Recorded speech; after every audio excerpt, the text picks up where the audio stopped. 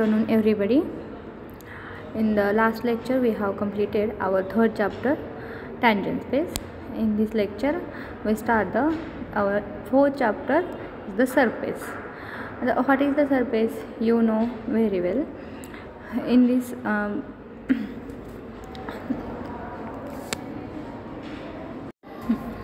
इथे बघा, याच्या आधी आपण सरफेस बघितलेले आहेत. ते आपण फक्त 2D किंवा 3D पर्यंत बघितलेले आहे. तर याच्यामध्ये आपण n डायमेन्शनपर्यंत सरफेस बघणार आहेत. मग आता फर्स्ट डेफिनेशन आहे यातली, n सरफेस इन Rn+1.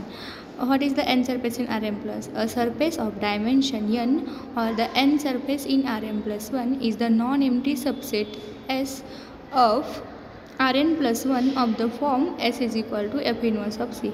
म्हणजे तो n सरफेस आपण त्याला केव्हा म्हणणार, म्हणजे त्याच्यामध्ये जेवढे एलिमेंट असतील किंवा त्याचे जेवढे डायमेन्शन असेल ते आपण पुढे लावतो. Suppose n is equal to 1 असेल तर आपण 1 सरफेस म्हणणार, n इज इक्वल टू 2 असेल तर 2 सरफेस म्हणणार. तसंच इथे n सरफेस म्हणजे n डायमेन्शनल सरफेस. तर तो आपल्याला नॉन एम्प्टी असला पाहिजे. म्हणजे जसं तुम्ही ग्रुपमध्ये रिंगमध्ये नॉन एम्प्टीची कंडिशन दाखवण्यासाठी आपण त्याच्यामध्ये एक तरी एलिमेंट आहे दाखवतो, तसं ह्याच्यामध्ये पण कंपल्सरी तो नॉन एम्प्टी सबसेट असला पाहिजे. आणि तो कशाच्या फॉर्ममध्ये असतो? लेवल सेटच्या फॉर्ममध्ये असतो. S is equal to F inverse of C, where F is the mapping from U to R and U is and the open in Rn+1 is the smooth function with the property that grad f of p is not equal to 0 for all p belongs to the S. म्हणजे grad F of P म्हणजे याच्यामध्ये 2 condition hold झाल्या पाहिजेत. 3 condition. First condition is that is not non empty. Then second is तो level सेटच्या फॉर्ममध्ये असला पाहिजे, S is equal to F inverse of C. And third one is grad F at P is not equal to the 0. And तुम्हाला माहिती आहे, जर grad F at P जर नॉन झिरो असेल तर तो तुमचा रेग्युलर पॉईंटसुद्धा असतो. नाव नेक्स्ट डेफिनेशन बघा. A one surface in R2 is called as plane curve. One सरफेसला काय म्हणायचं? Plane curve. If a two surface in R3 is called a surface and when n greater than 2 then n surface in Rn+1 is called a hyper surface. म्हणजे 2 surface असतील तर त्या सरफेसला आपण surface म्हणणार R3मध्ये. आणि जर nची व्हॅल्यू जर ग्रेटर दॅन 2 असेल तर ते सरफेसला काय म्हणायचं? Hyper surface. ग्रेटर दॅन 2 म्हणजे nची व्हॅल्यू तुमची मोर असेल तर तुमचा सपोज nची व्हॅल्यू 3 असेल तर तिथे काय येईल? R4 येईल. मग R4मध्ये आपण बघितले जिथं ग्राफ काढता येत नाही तर आपल्याला कर्व काढता येत होते, पण हे तसं मग त्याच्यामध्ये n ग्रेटर दॅन 2 असेल तर आपलं सरफेस काय असेल? हायपर सरफेस असणार आहे. आता इथे बघा एक एक्झाम्पल दिले आपल्याला प्रूफ करायचे. ते given that S is the function define करून दिलेलं आहे x1 x2 up to the xn x1 square plus x2 square plus up to the xn+1 square is equal to 1. हे 1 दिलेलं आहे, त्याच्यामुळं हा युनिट n स्क्वेअर असणार. याच्यामध्ये n एलिमेंट आहेत म्हणून हा n म्हणजे तुम्ही म्हणताल ह्याची बेस n+1 आहे, मग याच्यामध्ये n एलिमेंट कसं काय झाले तर तो आपला यस आहे. ह्याचे एलिमेंट Rn+1 मधले घेतो. जेव्हा तो सबसेट Rn+1चा असतो तेव्हा त्याच्यामध्ये n स्पेअर असतात. असा इथे बघा आपण इथे बघितलेलं आहे डेफिनेशनमध्ये. इथे बघा S n surface in Rn+1 म्हणजे हे एलिमेंट आहेत ते Rn+1 मध्ये आहेत तेव्हा मग त्याची डायमेन्शन n असणार. जर इथे फक्त xn असला असतं तर ह्याची डायमेन्शन n-1 असली पाहिजे, म्हणजे तो n-1 स्पेअर तुमचा झाला असता. तर इथे बघा, here prove that S is the surface, that is S is the unit n square. तो आपल्याला युनिट n स्क्वेअर आहे प्रूफ करायचं. युनिट कशामुळं? कारण की आपल्याला डिफाईन करून देताना त्या स्क्वेअरची सम इज इक्वल टू 1 दिलेली आहे म्हणून युनिट होईल. सोल्युशन बघूयात. Here f of x1 x2 up to the xn+1 is equal to x1 square plus x2 square up to the xn+1 square. आणि आपल्याला घेऊन काय माहिती आपल्याला हे सरफेस दिला असेल तर f हे mapping from U to R and U is the subset of Rn+1. आता इथे फर्स्ट कंडिशन आपल्याला प्रूव्ह करायची की S हा आपला नॉन एम्प्टी असला पाहिजे, म्हणजे त्याच्यामध्ये एक तरी एलिमेंट इन्व्हॉल्व झाला पाहिजे. मग आता हे तर आपले सम इज इक्वल टू 1 आहे, त्याच्यामुळे फर्स्ट टर्मला तुमचा 1 कंपल्सरी असणारच आहे. 1,0, up to the 0,0 which is belongs to the S. Therefore म्हणजे हा एलिमेंट Sमध्ये आहे त्याच्यामुळे S काय आहे? आपला नॉन झिरो आहे. S जर नॉन झिरो असेल, S नॉन झिरो कशामुळे आहे? कारण की तिथं आपली व्हॅल्यू Cची व्हॅल्यू किती आहे? 1 आहे आणि त्याच्यामध्ये इन्क्लूड आहे. म्हणजे Cची आपण इथली जी व्हॅल्यू घेतो, एक मिनिट बघा इथे इथली व्हॅल्यू घेतं. ही व्हॅल्यू म्हणजे काय असते तुमची 1 म्हणजे सी असतं, म्हणजे सी इज इक्वल टू 1, म्हणजे इथं काय होईल S is equal to F inverse of 1 होईल. नाव ग्रॅड एफ ऑफ पी आपल्याला नॉन झिरो दाखवायचं आहे. Grad F of P is equal to P comma, आता ते डायरेक्ट डेरिव्हेटिव्ह घेतले त्यांनी या टर्मचं x1² + x2² + up to the xn + 1 स्क्वेअरचं. मग x1² derivative 2x1, x2² derivative 2x2 and up to the 2xn + 1.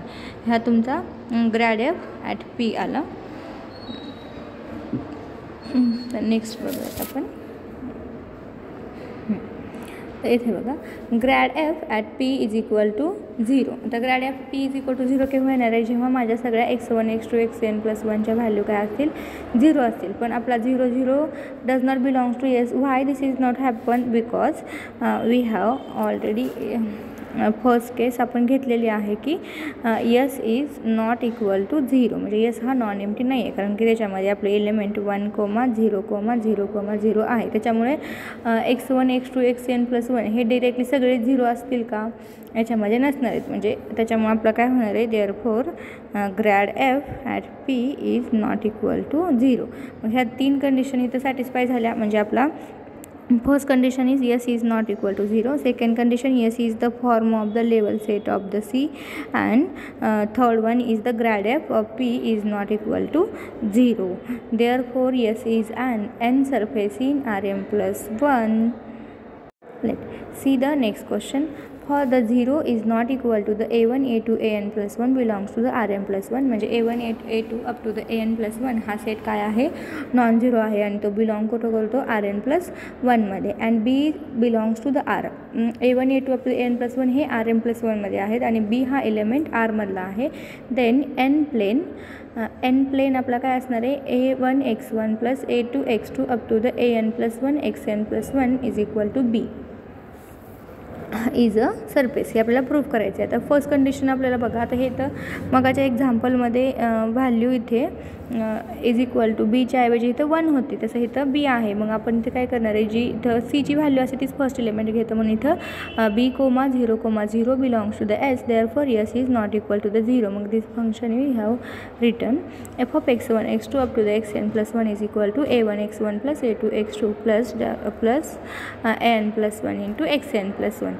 Therefore yes is the form of सीची value इथं बी असल्यामुळे येस काय आपला होणार आहे, एफ इनवर्स ऑफ बी होणार आहे. देअरफॉर आता आपल्याला ग्रॅड ऑफ पी बघायचे काय येतं, ते grad of P is equal to a1, a2 up to the an plus 1. Grad F is equal to 0. Grad F 0 केव्हा असणार आहे, जर आपले a1, a2 up to the an plus 1 हे 0 असेल. पण आपल्याला क्वेश्चनमध्ये काय दिलेलं आहे, 0 is not equal to the a1, a2 up to the an plus 1. बघा इथे हे दिलेले आहे कंडिशन, त्याच्यामुळं हे ते मग but a1, a2 up to the an is not equal to the 0, therefore grad F at P is not equal to the 0 for all p belongs to the s. Therefore s is n surface in Rm plus 1 is proved. नंतर बघा इथे एक त्यांनी हे दिलेले आहे, note दिलेले आहे. If we change the value of B we get the plane parallel to the given plane. म्हणजे बीची जर व्हॅल्यू तुम्ही चेंज केली तर आपल्याला दिलेला जो प्लेन आहे त्या प्लेनला आपल्याला दुसरा प्लेन काय भेटतो आहे, पॅरलल भेटतो आहे.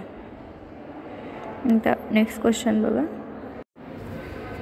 तर बघा नेक्स्ट क्वेश्चन आहे, let F is the mapping from U to R be the smooth function on U. U is open in Rn. म्हणजे एफ हे मॅपिंग आहे आपलं, ते स्मूथ फंक्शन आहे, यू हा ओपन आहे Rmमध्ये. तर prove that graph of F is the surface in Rn plus 1. म्हणजे ग्राफ आहे एफचा, तो सरफेस आहे Rm plus 1 वरचा. आता इथं डेफिनेशननुसार आपण यूज करणार आहे. इथं ग्राफचे डेफिनेशन काय असते, x1, x2. आता इथं आपल्याला Rn डिफाईन करून दिलेला आहे क्वेश्चनमध्ये देताना. म्हणजे ग्राफमध्ये आप इथे बघा Rn डिफाईन करून दिलं आहे. मग ग्राफमध्ये आपला काय होतो, एकनी पॉवर इन्क्रीज होते, म्हणजे n plus 1 होते. Graph of F is equal to x1, x2 up to the xn plus 1 belongs to the Rn plus 1 such that xn plus 1 is equal to f of x1, x2 up to the x1. But we know that s is equal to graph of f is equal to inverse image at 0. आता हे असं कशामुळं आहे तर आपण याच्या आधी माहिती आहे आपल्याला की आपण एक थेरम फर्स्ट चॅप्टरमध्ये प्रूफ करता की मोठ्या व्हॅल्यूचं जरी आपण ग्राफ किंवा लेवल सेट कन्सिडर केला तर तो त्याचा लेवल सेट किंवा ग्राफ असू शकतो. म्हणून graph of F is equal to त्याचा लेवल सेट ऑफ असतोच त्या पॉईंटसाठी. तर आपलं लेवल सेट म्हणजे त्याच्यामध्ये काय असणार आहे, येस असणार आहे, तो फॉर्ममध्ये असणार आहे त्याच्यामुळे तसं आपण घेतलेला आहे. S is equal to graph F is equal to G inverse of 0 where G of x1 x2 up to the xn+1 is equal to. इथे फक्त काय केलं आहे त्यांनी xn+1 ही वाली टर्म आहे, इकडे फक्त मायनस करून आपण F of x1 x2 up to the xn घेतलेला आहे. आता आपल्याला हे नॉन झिरो दाखवायचे therefore grad of G at p is equal to p, 1. आता xn+1चं डेरिव्हेटिव्ह काय घेणार, डिरेक्टली 1च घेणार ना, कोमा. आता F of x1 x2 up to the xn हे मायनसच्या फॉर्ममध्ये आहेत म्हणून आपण त्याचं डेरिव्हेटिव्हचा फॉर्म्युला इथे यूज करणार. डॅबा एफ बाय डॅबा x1 ॲट p डॅबा मायनस डॅबा एफ बाय डॅबा x2 at p up to the minus डॅबा f by daba xn at p and which is not equal to the 0. Why this is not equal to the 0? आता हे completely 0 नसणारच आहे कारण की ह्याच्यामध्ये आपल्याला एक डेरिव्हेटिव्ह तर ऑब्वियसली 1 भेटलेला आहे, त्याच्यामुळे हे नॉन झिरोच असणार आहे. Therefore grad G at F P is not equal to the 0. Therefore graph is the N surface in Rn+1 is proof. Next theorem आहे, हा खूप लेंदी थेरम आहे. आज आपण हाफ बघूयात, नेक्स्ट लेक्चरमध्ये मी हाफ घेते. आता हेअर थेरम बघा, एक्स्ट्रीम पॉईंट थेरम. आता what is the extreme point. Extreme point हे तुम्ही आधी शिकलेला आहात कशामध्ये, टी वायमध्ये LPPमध्ये तुम्ही शिकलेला आहेत. एक्स्ट्रीम पॉईंट म्हणजे काय असतं ते तुम्हाला कन्सेप्ट माहिती आहे. एक्स्ट्रीम पॉईंट थेरमचं दुसरं नाव आहे लॅग्रेंज मल्टिपल थेरम. आता स्टेटमेंट बघूयात. Let S is the n surface in Rn+1 and S is the form of f inverse of C. Let f is the mapping from U to R is such that grad f of Q is not equal to the 0 for all Q belongs to the S. आता ही पूर्ण definition आहे ना, आपण आतापर्यंत बघा एखादा set surface आहे का नाही आहे चेक करण्यासाठी आपण ह्या कंडिशन वापरतो. बघा इथे फर्स्ट कंडिशन त्यांनी ते दिलेलं आहे, इन्व्हर्स इमेज ऑफ म्हणजे लेवल सेटच्या फॉर्ममध्ये येस आहे, त्याचा ग्रॅड नॉट इक्वल टू 0 आहे आणि तो पण नॉन एम्प्टी आहे. आता सपोज नेक्स्ट बघूयात आपण. Suppose G is the mapping from U to R is the smooth function. G हे मॅपिंग दिलेलं आहे आपल्याला यू टू आर हे स्मूथ फंक्शन आहे आणि P belongs to the S. आता एसमधलाच एक आपण दुसरा पॉईंट घेतला आहे P, तर तो एक्स्ट्रीम पॉईंट आहे जीचा ऑन एसवरती. म्हणजे आपलं एफ सब आता फंक्शनचे बघा आपल्या इथे आता कसं दिलेलं आहे मॅपिंग आपल्याला इथे एफ. आता हे एक सेट हा एक आणि हा.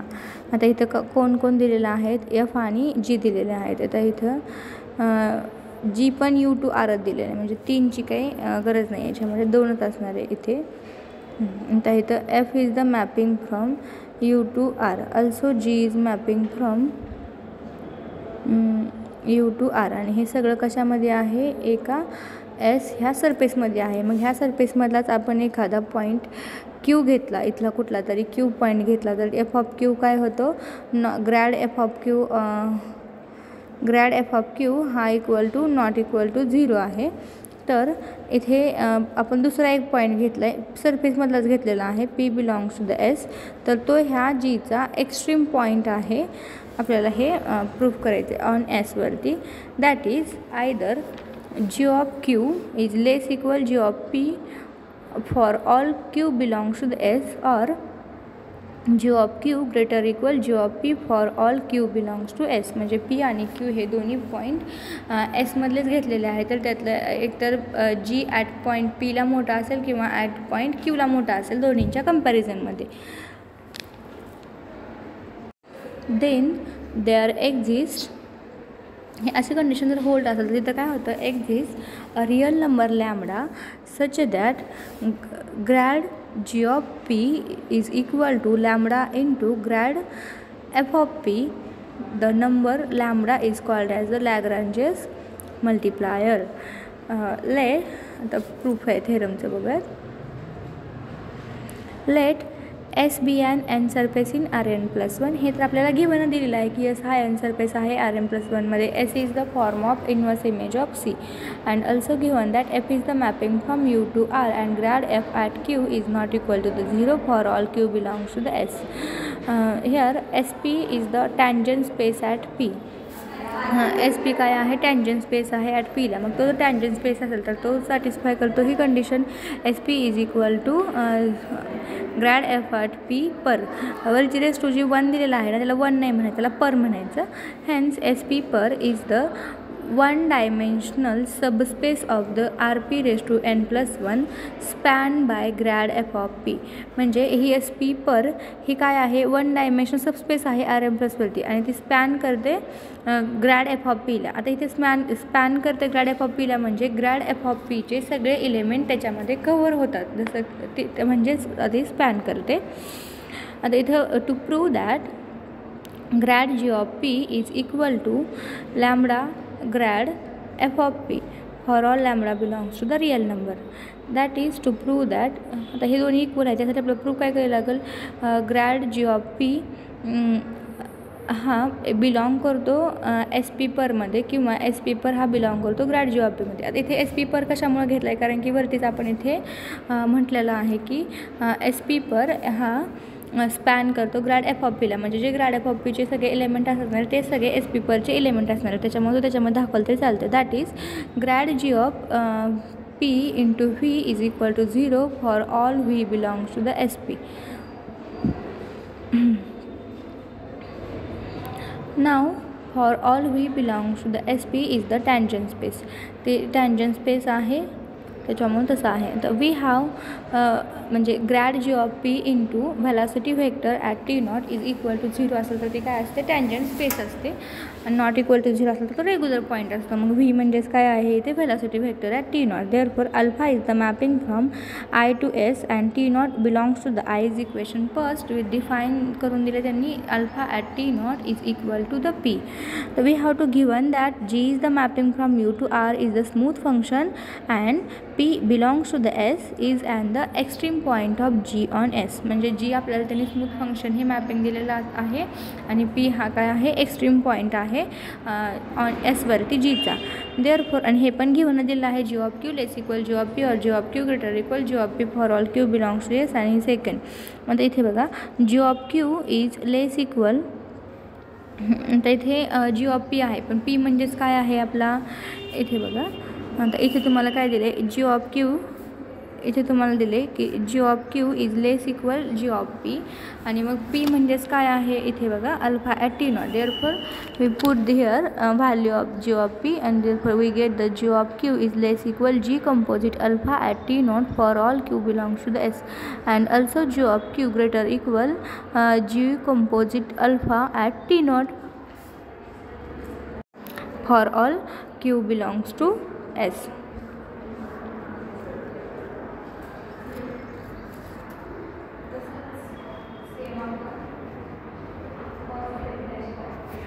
आता इथे बघा ॲज अल्फा इज सॉरी एक मिनिट हां ॲज अल्फा इज मॅपिंग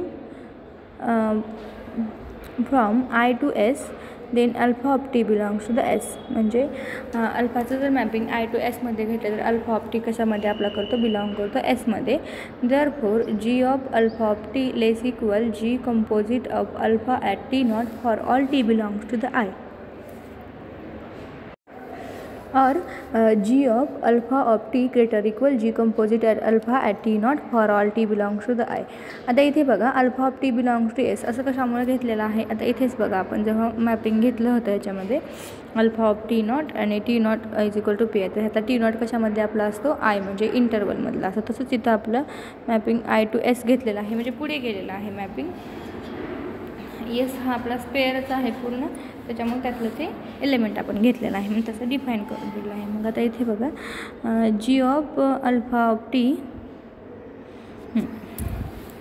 आता क्यू म्हणजे पण आपण क्यू हा बिलॉंग करतो एसमधला आणि इथे आपला म्हणजे ह्या इथे बघा इथं काय येतं Q belongs to the S आणि इथे काय आहे alpha of T belongs to S. Therefore we put the at value of Q is equal to alpha of T. Therefore G of alpha of T is less equal G composite alpha at T not for all T belongs to the U I R g of alpha of t greater equal g composite alpha at t naught, that is g composite alpha of t, g composite alpha at t हा less equal G composite alpha T naught आहे और जी composite alpha म्हणजे आपण जी of alpha of टीला जी composite alpha असं लिहू शकतो म्हणून असं लिहिलेलं आहे इथे G composite alpha at T greater equal G of alpha at T not for all T belongs to the I. That is T naught is and the extreme point of G composite alpha on I. म्हणजे काही म्हणजे extreme point तो काय होते टीला काही ठिकाणी T मोठा आहे तर काही ठिकाणी टी नॉट मोठा आहे तर आपलं तो काय होणार आहे मग एक्स्ट्रीम पॉईंट होणार आहे डी ऑफ म्हणजे therefore derivative of G composite alpha at T not is equal to 0. But we know that कंपोजिशनचं डेरिव्हेटिव्ह घेतल्यानंतर काय भेटतं grad G of alpha at T naught into velocity vector at T not is equal to 0. That implies grad G of alpha of T naught into आता आपण आधीच आपण अजून केलं तर की V is equal to alpha dot of T not. Therefore we put this value of V alpha dot of T this equation we get which is equal to the 0 for all v belongs to the SP. That implies grad g of p into v is equal to 0 for all v belongs to the SP. म्हणजे grad G of P P कशामुळे घेतली आता इथेच बघा आपण काय केलं तर पी म्हणजे आपला काय होता इथे अल्फा ऑफ टी नॉट मग तोच फक्त ह्या इक्वेशनमध्ये इथे पुट केला आहे. Grad G of alpha of T नॉटच्या ऐवजी grad G of P put केलेला आहे. That implies G of P belongs to the S P perp आता हे ते देअरफॉर ग्रॅड आपला कशामध्ये झाला बिलॉंग वन डायमेन्शनमध्ये is equal to 0. That implies grad G of P is equal to lambda into grad F of P. Hence proof.